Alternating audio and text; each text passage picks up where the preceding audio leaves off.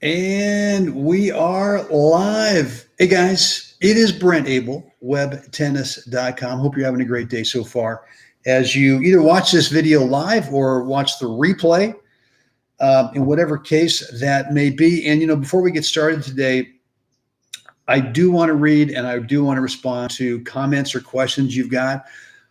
Certainly about this video that we're about to do today, or any other my other videos. I get notified every time there's a new comment, and I'm pretty darn good about jumping on and either answering questions or responding to your comments over here at YouTube. So what I want to help you guys with today is how to become more consistent as a shot maker.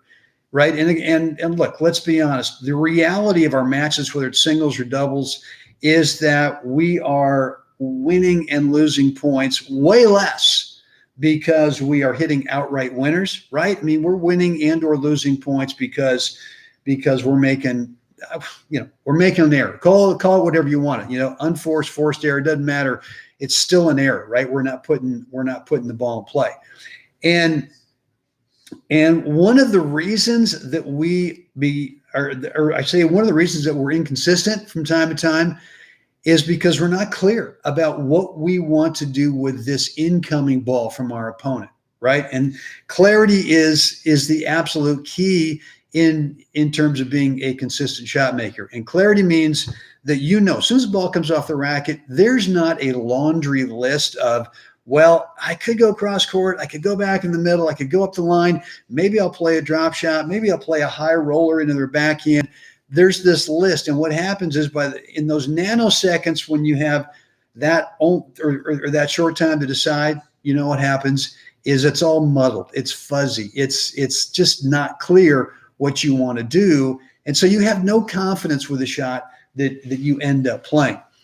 When I worked with Glenn Erickson here in the desert in California about a year and a half ago, over at the Palm Springs Tennis Club, and Glenn is the head pro there, one of the first things he told me about when he was a kid, when he was 18, 19 years old, he had an opportunity to work with the great Jose Higueras, the player and coach, for 6 months. And he got Jose 6 months, 6 days a week, 3 hours a day.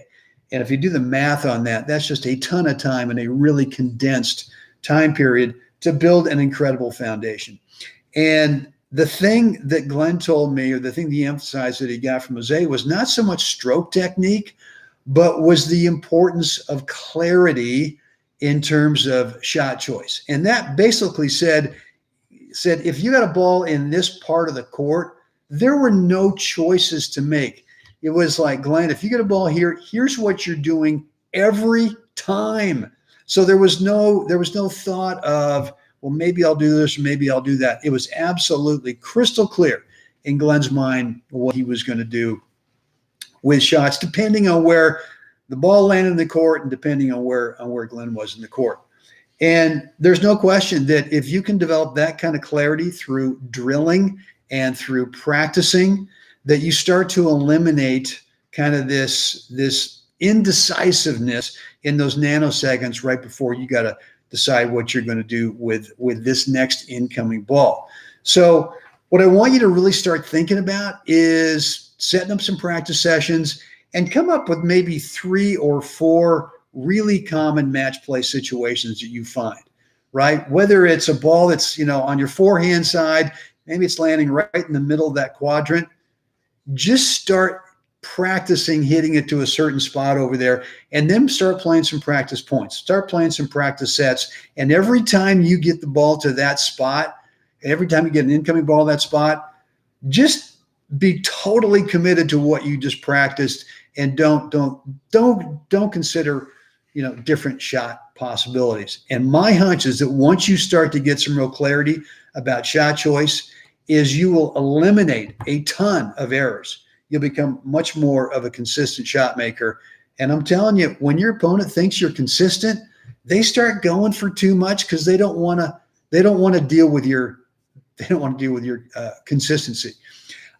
So guys, listen, I hope this has helped today. I want you to think about that. Again, would love to read your comments or questions in the comments area.